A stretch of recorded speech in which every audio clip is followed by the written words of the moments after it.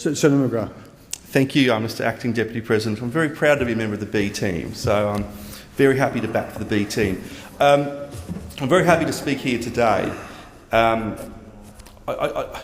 don't think the Australian people are calling out for another bureaucratic institution to be established.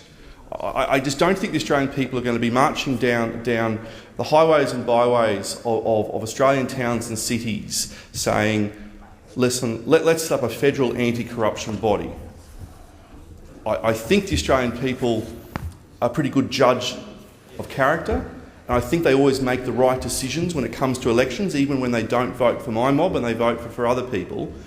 And I think what the Australian people think about us as federal politicians is they may not particularly like us, and let's be honest, Australians are a very earthy people. We really don't like politicians, and they probably would cross the road sometimes to avoid politicians. And in fact, especially when it comes around pay rise time, Australian people probably would like to give us all a poke in the eye rather than any pay rises. However, whatever the views are of the Australian people, I don't think they think we're corrupt. I sometimes think the Australian people may think we couldn't be trusted to operate a toaster, but they don't think we are corrupt. Sometimes I think they think we are incompetent and so forth, and we shouldn't be trusted with mechanical machinery or anything like that. But when it comes to corruption, I don't think Australians think we're corrupt.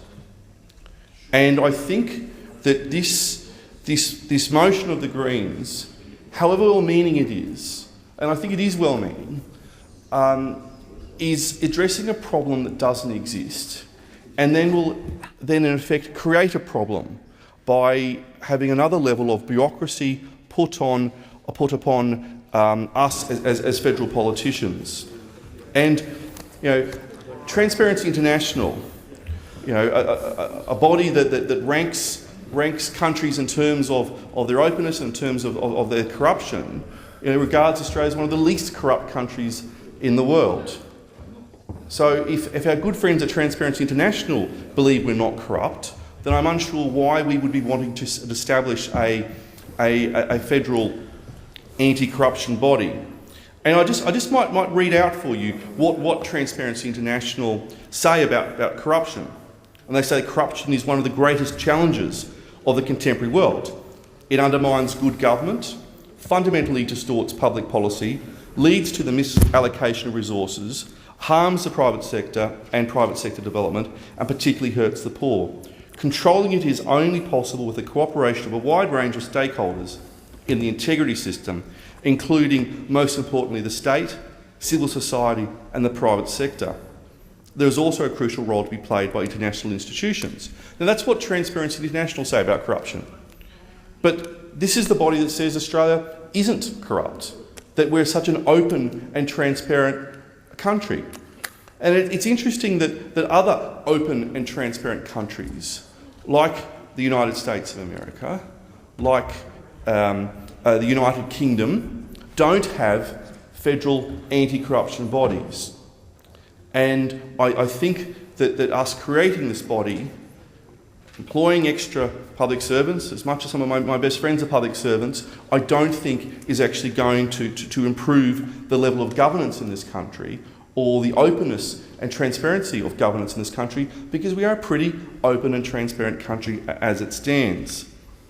Now, the Australian government, and I think this is on both sides. I think this is on with the opposition and with the coalition here. I think that both sides, at a federal level, have, since Federation, been very open and honest governments. I don't think there has been much corruption, or if there has been any corruption, it has been on such a minor scale that it's of a parking ticket a level, rather than anything that is of more of a serious misdemeanour. So I just want to put on the record that this government, the government that I'm proud to be a member of, does have a zero tolerance approach to corruption, and is committed to stamping out corruption in all its forms. And I think this is where the Australian people come in again. That Australian people, we talk about a fair go and a fair deal, and if Australian people see something they think's a little bit dodgy, well, my experience of Australian people is they will speak up for the underdog. They'll speak up when something is wrong, and that the Australian people will go to, whether it's to the local police in their state, or the federal police, or even go to politicians to raise concerns about other politicians. And I think sometimes having that veneer of sunlight, not even veneer is the wrong word, having that opus of sunlight that shines on what politicians do is better than establishing this institution. Now, while we should never be complacent about corruption, it is important to consider the issue in a very proportionate and measured way. We don't want to have some Salem witch hunts, which does happen in some parts of Australia, where state bodies have been established, and sometimes people are dragged before these bodies who have their names dragged through the mud. And I don't want to talk about any ones that are happening at the moment, but that sometimes that these bodies actually end up probably doing sometimes more damage to individual reputations than to their aim of cleaning out corruption. So what the government's doing here at the moment is we have a sort of a multi-agency approach that it is effective and it is working. And it consists of the Australian Commission for Law Enforcement Integrity, and this body is responsible for preventing, detecting and investigating serious and systemic corruption issues in the Australian Crime Commission, the Australian Customs and Border Protection Service, and also in the Australian Federal Police. Now last year, the Australian Commission for Law Enforcement Integrity's jurisdiction was extended to AUSTRAC. It was also extended to CrimTrack and certain prescribed aspects of the Department of Agriculture. Now, this government is proudly investing a further $1 million to the Australian Commission for Law Enforcement Integrity as resourcing as part of comprehensive measures to stamp out corruption at Australia's borders. And we've seen the effective work of this agency with the arrest already of an AFP officer in July, following a 15-month joint investigation between the Australian Federal Police Professional Standards Areas and the Australian Commission for Law Enforcement Integrity. Now, this officer was charged with corruption-related offences. And I think this investigation and arrest show Australia's ongoing commitment to upholding the integrity of those who serve the Australian community. Now, I should also mention that the Commonwealth Ombudsman, and as someone who used to work for the Queensland Ombudsman back at the end of the last century, I'm someone who strongly believes in the role of the Ombudsman in terms of looking at maladministration within government departments and agencies. And I believe that the Commonwealth Ombudsman performs an important function in investigating and auditing various agencies and functions. And I know that the Queensland Ombudsman, which has been, along with the Commonwealth Ombudsman, has been going for decades, have found many areas of where they can see reform, and they've made suggestions to reform. Now, the Australian Federal Police also play a fundamental role, a very important role, in investigating serious corruption issues. Now, only on the 31st of July of this year, the Australian government added to the strength of this structure by formally establishing the Fraud and Anti-Corruption Centre located in the Australian Federal Police headquarters. Now, this Fraud and Anti-Corruption Centre delivers whole-of-government fraud investigations training in partnership with the Australian Federal Police Learning and Development. Now, this Fraud and Anti-Corruption Centre brings together the Australian Taxation Office. It also brings the Australian Investment and Security Commission, the Australian Crime Commission, the Department of Human Services, and the Department of Foreign Affairs and Trade, not to mention the Australian Customs and Border Protection Service, and the Department of Immigration, brings them all together to assess, to prioritise and respond to serious fraud and corruption measures. Now, this centre is going to maintain a coordinated specialist cell that will collect, analyse and disseminate data from Commonwealth partners. It's going to engage with existing local intelligence initiatives and work with financial intelligence agencies to assess, prioritise and respond to serious fraud and corruption matters. Now, I think those measures would show that the federal government is taking the issue of perceived corruption very seriously, but it is better to have these type of bodies established that are within the system at the moment, rather than set up an additional body which would have anywhere, I imagine, between 50 and 100 staff, and that will be one of those bodies that grows and grows and grows. Now, I should mention that in addition, the Commonwealth has recently announced Task Force Pharos, which will target corruption in the Australian Customs and Border Protection Service. And the thing we should say is that so many people who work for the federal government, whether they're on the front line when you come through at the airport in Brisbane or Sydney, are very hard-working people who sort of maintain the front line against those who are trying to do badness to Australia. And it is a very, very small minority of people who may be up to no good. And often, I think it's not the need for an establishment of a further body to investigate these allegations. It is for those good people who are working in these services to dob in a mate. I think that is a better way of these things being found out and taken to the appropriate authorities.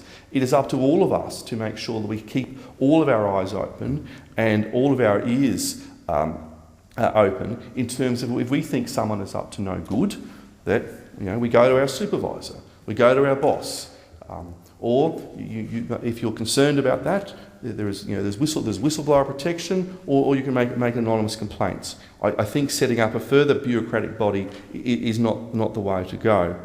Now, the government has also delivered on a key election commitment to establish the Royal Commission into trade union governance and corruption, which was announced by the Prime Minister in February and is now underway. The terms of reference for the Commission were not restrictive, and so it's truly a national inquiry. So I think we are proud of Australia's position and reputation because we are seen as a very open and free and transparent country. And I've done a lot of work in emerging democracies over the years, and in those countries, they wish that they had the reputation of Australia. They wish that their civic institutions were built up and established to have the strength of the honesty and openness and transparency that Australia's institutions do have. And I think the addition of a further body, and one of through you, Mr. Acting Deputy President, one of the senators for the Australian Greens, talked about institutional corruption and made references to donations and banks and things like that. And I think that with the existing bodies that we have in place, with the Australian Electoral Commission making sure that donations can be seen, with how this place operates, with the thousands of people in the gallery at the moment listening to me prattle on about corruption, shows that this is an open and transparent place. And I think I do think that the Australian Greens are sincere in their views. I don't wish to attack them. I don't think they're saying that we are on the level of, say, some of the African countries or some of the stands of the former Soviet Union in terms of the outrageous corruption that has there. But I just think they are misguided in how they are approaching a solution to a problem that doesn't exist. And I think the best way is that what we should do is we should be looking at how we can strengthen what we have, and rather than throw the whole system based out on a presumption that a national anti-corruption commission will be more effective. And I think ultimately the Australian people should be the ultimate arbiters of whether we are a corrupt body, a corrupt government or not. And I think the Australian people always make sensible decisions in terms of elections. As I said before, even when they make decisions that break my heart, in terms of a couple of elections recently where they voted the other side into power, I think the Australian people will be the ones who can make the decision about whether we're corrupt. And if they think we are, well, they can throw one party out and put another party in. And I think that the system that has been established in Australia since Federation, when the 6 colonies came together and formed Australia, in terms of this Commonwealth government, this federal government, is a system that has served this country well. And like the Liberal Party being a broad church in that it has a liberal stream and a conservative stream, I also am a very broad church in some of my views. I'm almost a cathedral in a way. And the conservative side of me doesn't want to see changes made to our institutional structures unless there is a clear and persistent and strong argument that the change shall be made. And I think it is up to the Greens, who I do believe are sincere in their views, that to put on the table where there is systemic corruption at a national level. And we've had a lot of reading out of press clippings, and we've had a lot of inferences to what has happened at a state level, and there's a certain particular inquiry taking place at the moment. We've heard very, very little about what could happen at what is happening at a federal level. There are always stories about things that may happen in the shadows. I think my good friend Senator McDonald made reference in a Facebook posting today in terms of a senator from another party in terms of some allegations there.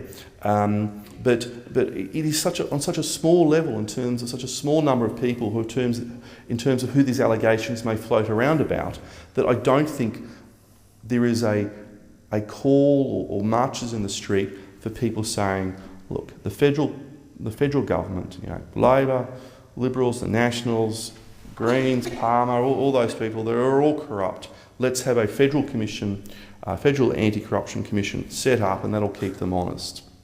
I don't think that is the answer. What will always keep us honest is the existing institutions that we have, who work very well. We can always probably improve the operation of some of if that needs be the case. But ultimately, it is up to the Australian people to decide, in the absence of evidence from the Australian Greens. And I'd call upon the Australian Greens that if you have evidence that there is systemic corruption, that we all have Cayman bank accounts and things like that, and we're all pilfering off money, to please put it on the table, and please bring the evidence of where there is corruption. So I don't think there is any corruption at a federal level. I think we are a very free and open country, and we should be proud of the openness and the freedom that we have in this country. And I think establishing another level of bureaucracy, a level of bureaucracy that will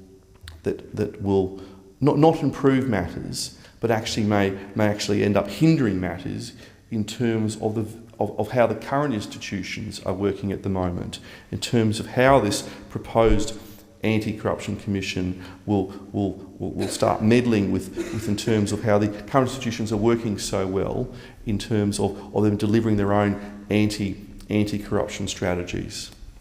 Thank you, Mr. Acting Deputy President. Thank you, Senator McGrath.